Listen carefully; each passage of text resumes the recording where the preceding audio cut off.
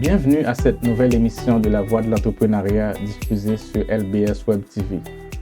Ici votre serviteur Wilben Senatus pour vous servir. Aujourd'hui à l'émission, nous allons parler de la jeunesse, de la science et de l'entrepreneuriat.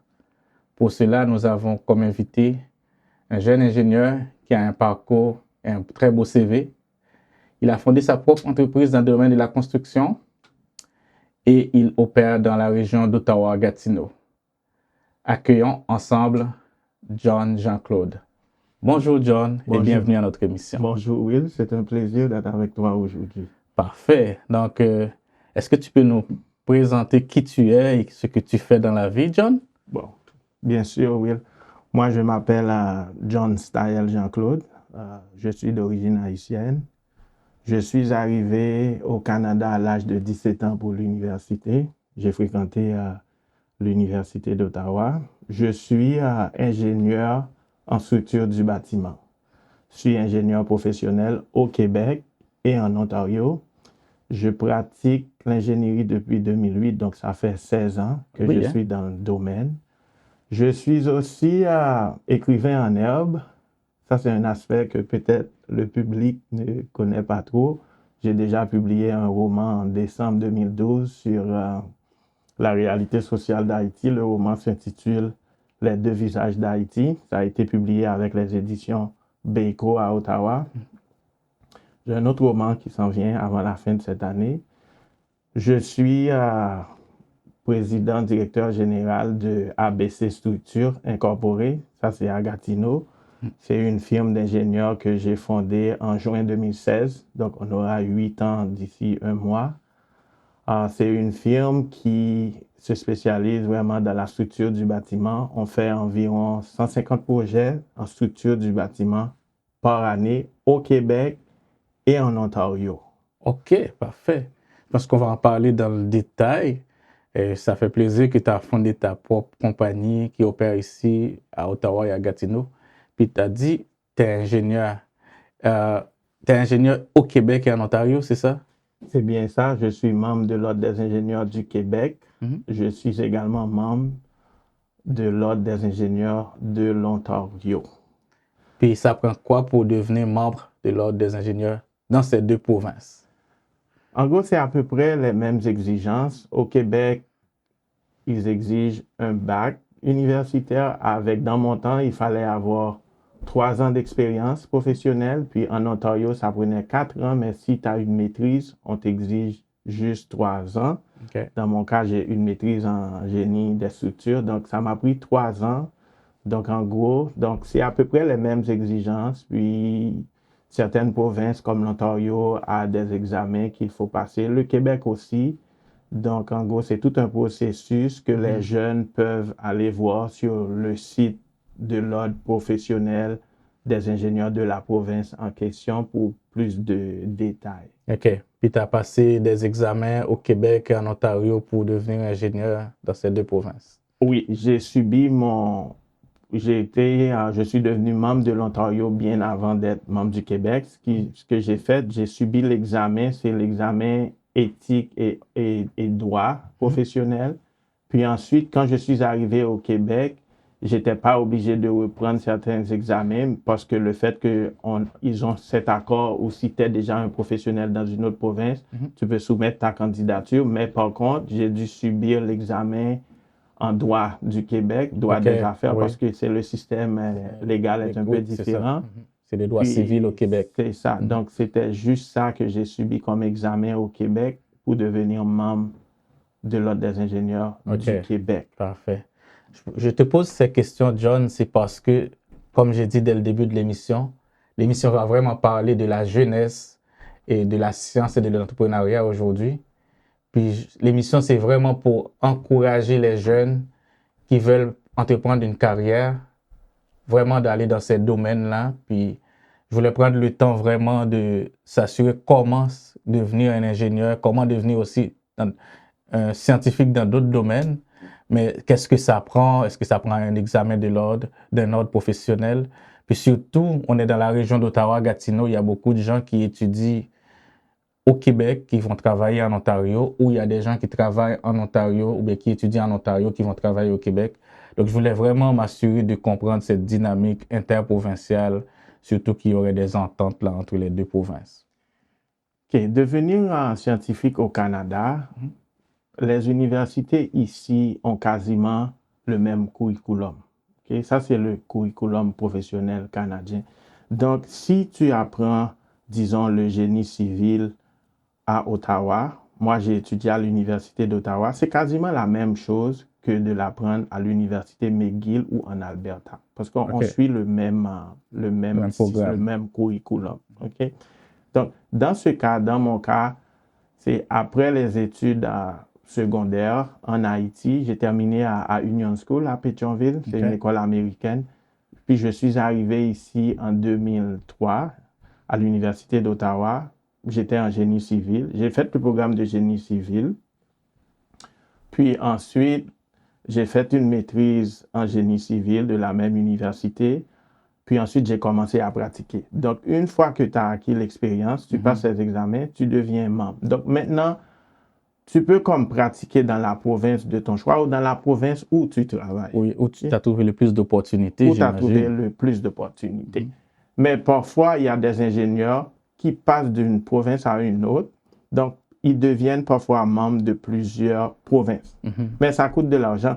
Mais le plus souvent, certains employeurs, ils paient pour ça si vraiment ils utilisent ton saut d'ingénieur. Disons, vous êtes à Montréal, puis tu travailles comme sur un projet en Ontario. Donc, c'est bon d'avoir un ingénieur qui est membre de l'Ontario. Okay. Mais il y a certains employeurs, ils vont refuser. Donc, dans mon cas, puisque moi, je suis propriétaire d'entreprise, je suis comme ingénieur ici au Québec, mais Ottawa est tout près. Donc, ce serait vraiment difficile de travailler ici à Gatineau sans traverser le pont pour aller à Ottawa. Chercher d'autres clients. Exactement. Donc, moi, je suis obligé, dans mon cas, d'être membre des deux provinces. De toute façon, c'est mon entreprise qui paie les frais. Hein. C'est pas moi de ma poche. Donc, dans ce cas, je suis obligé d'avoir deux permis de pratique. Mais il y a d'autres ingénieurs. Je connais un ingénieur qui est membre de comme 5 ou 6 provinces. 5 ordres professionnels. Exactement. Mais parce qu'ils font des projets partout au Canada. Puis, il y a des ingénieurs ici au Canada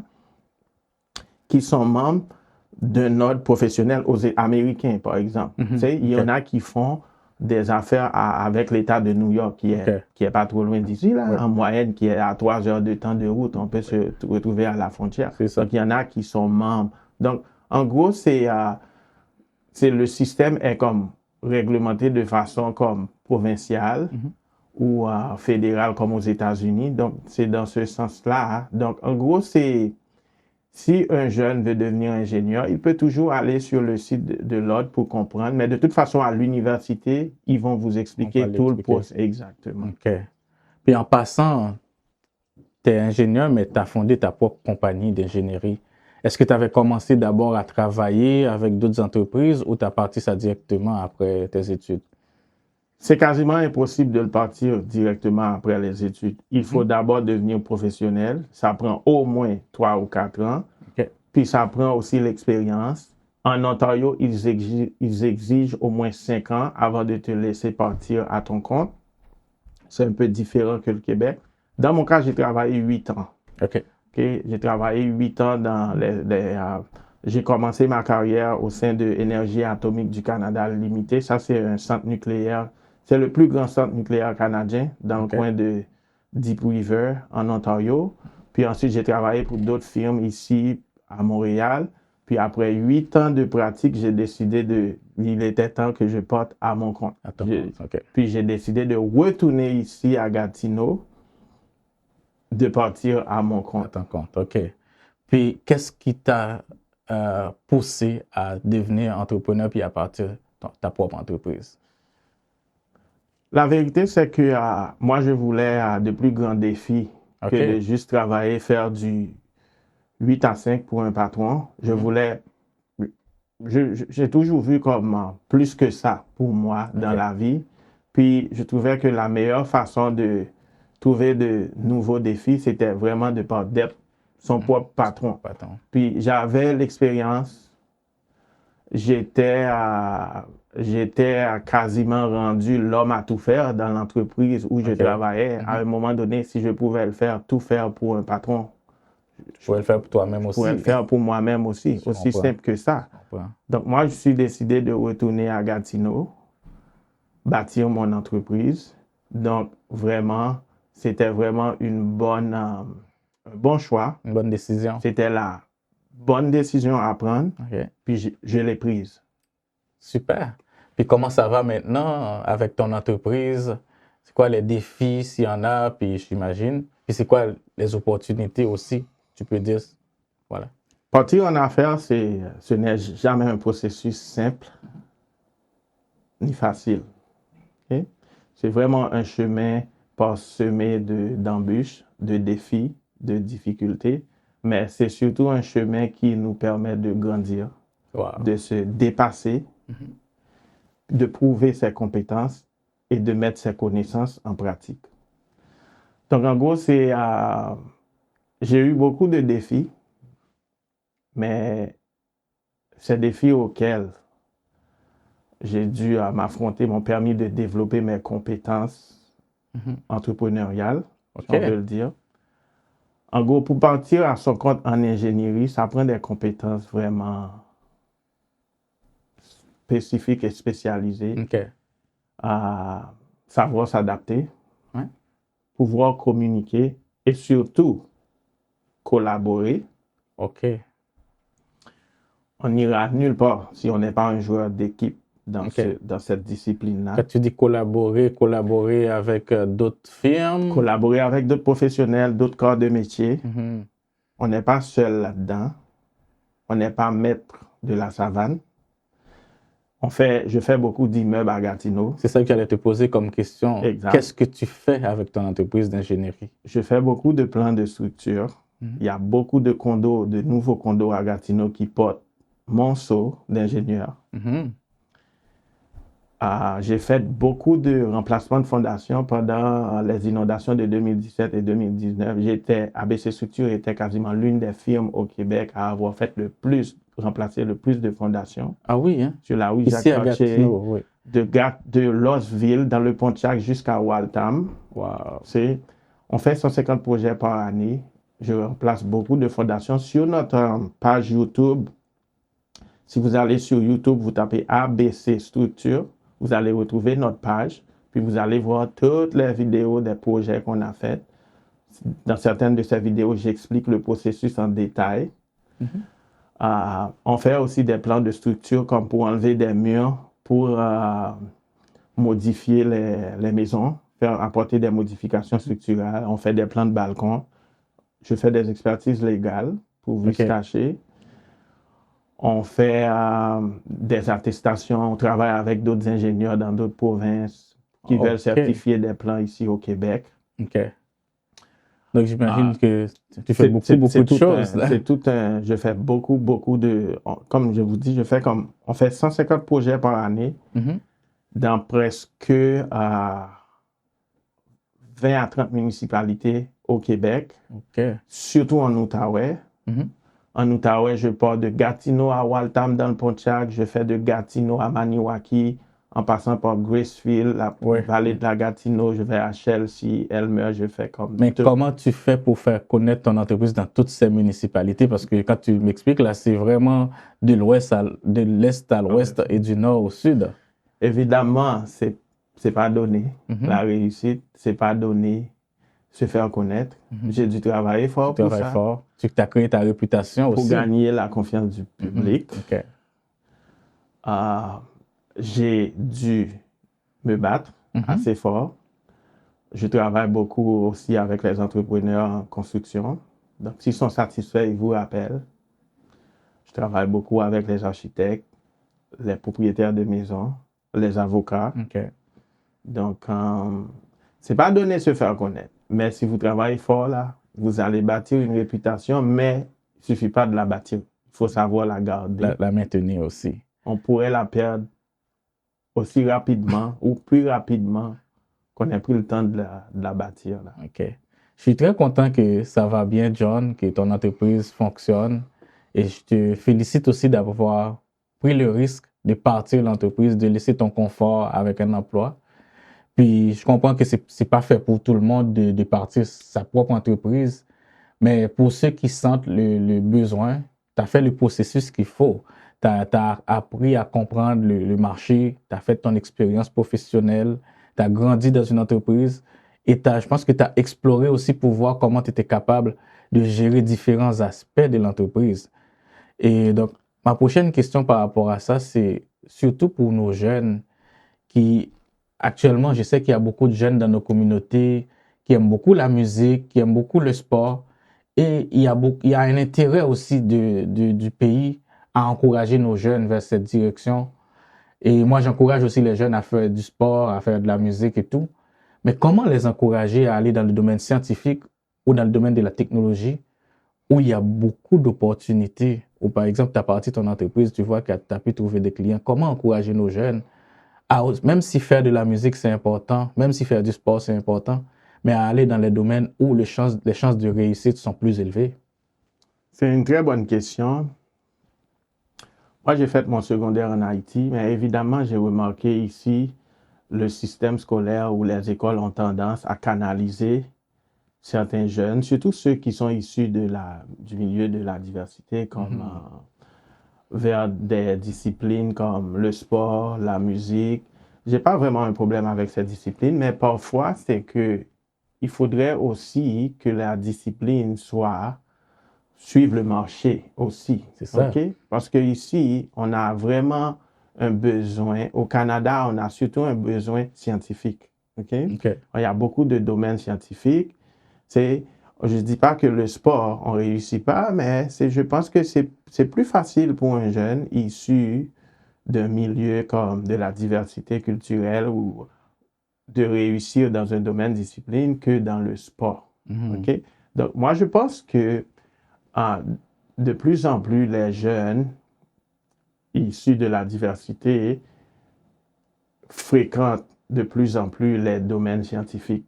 OK. Tu sais, quand il y a nouvelle. 20 ans, quand je suis arrivé ici en 2003 pour l'université, ça fait 21 ans, hein.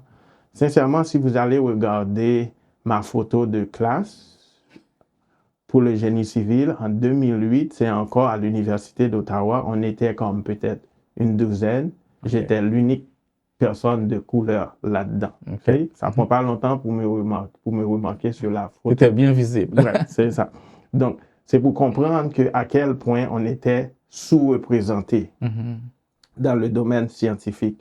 Mais maintenant, je trouve qu'il y a beaucoup, beaucoup de jeunes issus du milieu culturel, puis qui s'intéressent vraiment de la diversité, qui s'intéressent vraiment aux disciplines scientifiques. OK. Mais je pense aussi que les étudiants ne sont pas obligés de suivre le parcours qui leur sont imposés OK. par l'école. On comprend. Ils peuvent toujours... Un étudiant haïtien ou un étudiant africain peut toujours choisir de devenir ingénieur. Ah oui, oui, bien sûr. Il y a une vie au-delà du basketball puis du soccer. On peut toujours... Tu sais, on n'a pas un problème avec ça, mais ils peuvent toujours choisir de devenir, tu sais, médecin. Si c'est possible pour lui, s'il allait notre ingénieur, avocat. Tu sais, on n'est pas obligé de se coller une étiquette de sportif si on ne le veut pas. C'est ça, parce que souvent, on voit dans la danse, dans la musique, dans le sport, on est conscient que c'est des bons domaines où les gens peuvent exprimer leur talent, mais je trouve qu'il y a une surreprésentation de nos communautés. Inversement, quand on regarde les domaines scientifiques, jusqu'à maintenant, je trouve qu'il y a comme une sous-représentation.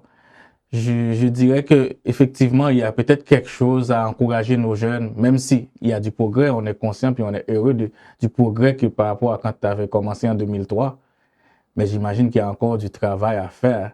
Selon toi, c'est quoi les domaines prometteurs qu'on pourrait encourager nos jeunes à suivre présentement, qu'on pourrait dire dans 5-10 ans, qui a beaucoup de chances de réussite? Sincèrement, si on suit la tendance, si on suit le marché, l'ingénierie, c'est vaste, mais le génie civil restera toujours comme le numéro 1. Ah oui, Pourquoi je le dis? Oui, pas parce que je suis ingénieur civil, c'est juste que l'ingénierie civile ou le génie civil, c'est vraiment s'occupe de tout ce qui est infrastructure civile. OK. C'est une société qui se respecte. On ne peut pas comme fonctionner sans des ingénieurs civils. Moi, je trouve que le génie civil, c'est prometteur.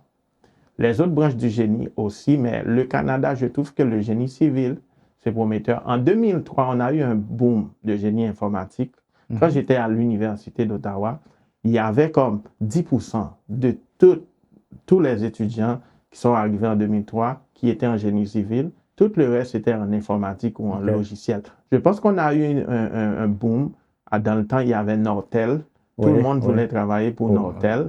Puis, le génie civil, c'était vraiment, vraiment, vraiment à ignorer, à abandonner. Puis, j'ai l'impression qu'on se moquait de moi, qui était en civil. On me voyait comme quelqu'un qui était... C'est ça, j'étais pas à la mode, là. T'étais pas à la bonne place. Pas vraiment à la bonne place, mais j'étais pas à la mode. C'était comme... Je passais la mode génie civil. Mais pourtant, des années après, on trouve que ceux qui ont appris le génie civil ont fait une carrière parce qu'ils sont en demande. Puis ceux qui sont en informatique, ils ont fait leur carrière, mais ils ont eu beaucoup de défis là, parce qu'il y en a eu trop. Mais c'est ça, c'est un domaine aussi qui évolue beaucoup. Je pense que si on étudie l'informatique aujourd'hui, puis on n'essaie pas de se mettre à jour avec les nouvelles tendances comme l'intelligence artificielle ou d'autres types de tendances qui arrivent, il faut continuer à se mettre à jour. Je pense que dans le génie aussi, c'est pareil. Dans le génie civil, c'est pareil, mais une construction, ça reste une construction. Exactement. Puis j'allais te parler également de l'intelligence artificielle. Je suis beaucoup les tendances. Je trouve que l'intelligence artificielle aussi, il y aura beaucoup d'opportunités puis de recherche scientifique, surtout en recherche scientifique là-dedans pour la développer pour les 20 prochaines années. On parle souvent de ça, on parle beaucoup de ça. Certains le voient comme une sorte de menace, mais je trouve que un jeune qui s'intéresse à ça devrait comme en sortir comme gagnant à long terme. On va pas développer là, mais est-ce que tu vois d'autres domaines comme la cybersécurité ou d'autres domaines comme la chimie? Je sais pas. Je trouve que la cybersécurité, c'est correct avec les risques, mais je trouve que l'intelligence artificielle, moi, si j'étais en informatique, c'est ce point-là sur lequel je vraiment me focaliserais. Puis, génie civil, je le considère fortement parce que en termes d'emploi, je trouve que les gens finissent toujours par trouver un emploi là-dedans, contrairement aux autres disciplines. Sans diaboliser les autres disciplines. Non, mais je comprends. Tu es dans le domaine aussi, tu vois qu'il y a encore des opportunités pour de nouvelles personnes. Exactement. Puis, quel conseil que tu donnerais à un jeune qui veut se lancer, mais qui a peur par manque d'expérience ou par manque d'argent pour investir ou pour se développer? La vérité, c'est que moi, je dis toujours aux jeunes, pour se lancer en affaires, il faut toujours attendre le bon moment. Et le bon moment, c'est quand on a suffisamment l'expérience et la confiance en soi. On ne se lance pas en affaires si on n'a pas encore acquis l'expérience que ça prend. C'est comme la gestion. Moi, mon mode de gestion, c'est surtout avec l'expérience. On ne peut pas gérer une entreprise dans un domaine qu'on ne maîtrise pas. On ne va pas se lancer, on ne va pas construire un restaurant sans pouvoir même cuisiner. Dans ce cas, c'est pourquoi je vous dis, ça prend l'expérience, ça prend l'éducation, l'expérience, ensuite l'idée entrepreneuriale. Puis, il faut cultiver cette idée, mais il faut savoir la cultiver au bon moment, puis attendre le bon temps pour ça, pour éviter de faire fausse route. Mais l'expérience, souvent, surtout en tant que jeune, les premières expériences sont très difficiles. Puis aussi, aller chercher de l'argent quand on est jeune, c'est pas facile. Exactement. On est tous passés par là. Exactement. Qu'est-ce qu'on fait avec nos jeunes qui sont sans expérience et sans argent? Ça, c'est un cercle vicieux. Parce que on ne peut pas partir en affaires sans expérience. Mais la même chose aussi, on ne peut pas trouver l'expérience sans comme travailler. Exactement. Donc, ici, sincèrement, je pense qu'il faut suivre toutes les étapes, c'est-à-dire obtenir de bonnes notes aussi à l'université. C'est parce que le monde professionnel est rendu très compétitif. Dans mon temps, ils ne demandaient pas pour des relevés de notes. Maintenant, les employeurs le demandent. OK. Donc, ça prend de bonnes notes. Ça prend beaucoup d'efforts pour trouver un emploi. Puis aussi, en travaillant, il faut se démarquer là. OK. Faire tous se dépasser pour pouvoir se démarquer de la compétition. Donc, en gros, il n'y a pas de miracle dans le monde scientifique, ni il n'y a pas de miracle dans le monde professionnel actuel. En général. On ne peut pas brûler les étapes. On ne va pas bâtir, à moins que vous vouliez comme vendre des bouteilles d'eau. Si c'est ce genre d'entreprise que vous voulez faire, oui. Mais on même n'a là pas encore, si on veut aller très loin, on ne peut pas brûler les étapes non plus. Exactement. Ça prend de l'expérience. Ça prend de l'expérience, ça prend de bonnes formations. C'est ça. On suit la les gestion de étapes. service à la clientèle. Exactement. Donc, l'éducation, l'expérience, à un certain point, un nombre d'années, au moins je recommande 5 années d'expérience avant de pouvoir partir à son compte. Je pense que si vous maîtrisez mieux ce que vous allez comme entreprendre, vous aurez comme le plus de chances de réussir là-dedans. OK. Puis comme dernière question, pour avancer dans la vie, c'est quoi tes valeurs? C'est quoi les principes qui guident tes activités dans ton entreprise? Ah, ça c'est une bonne question. Sincèrement, ma réussite professionnelle, c'est vraiment un mariage de mes valeurs professionnelles et personnelles, comme l'autonomie. OK. On ne peut pas partir à son compte si on n'est pas vraiment autonome dans ce que l'on fait. OK. OK?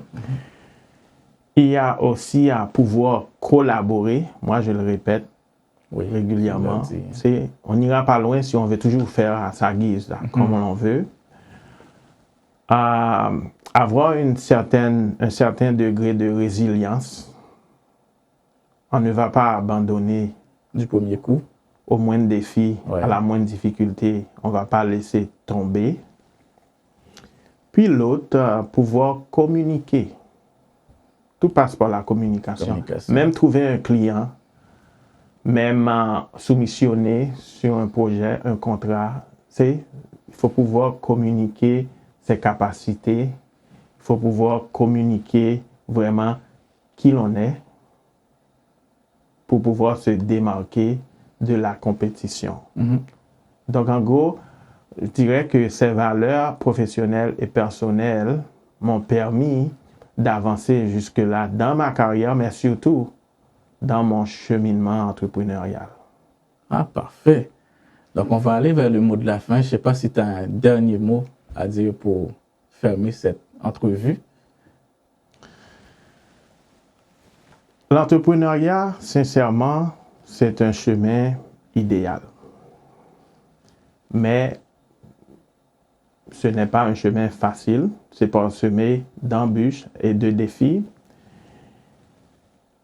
Et si on est à la recherche d'une vie facile, ce n'est surtout pas le chemin à prendre. Okay. Mais par contre, l'entrepreneuriat nous permet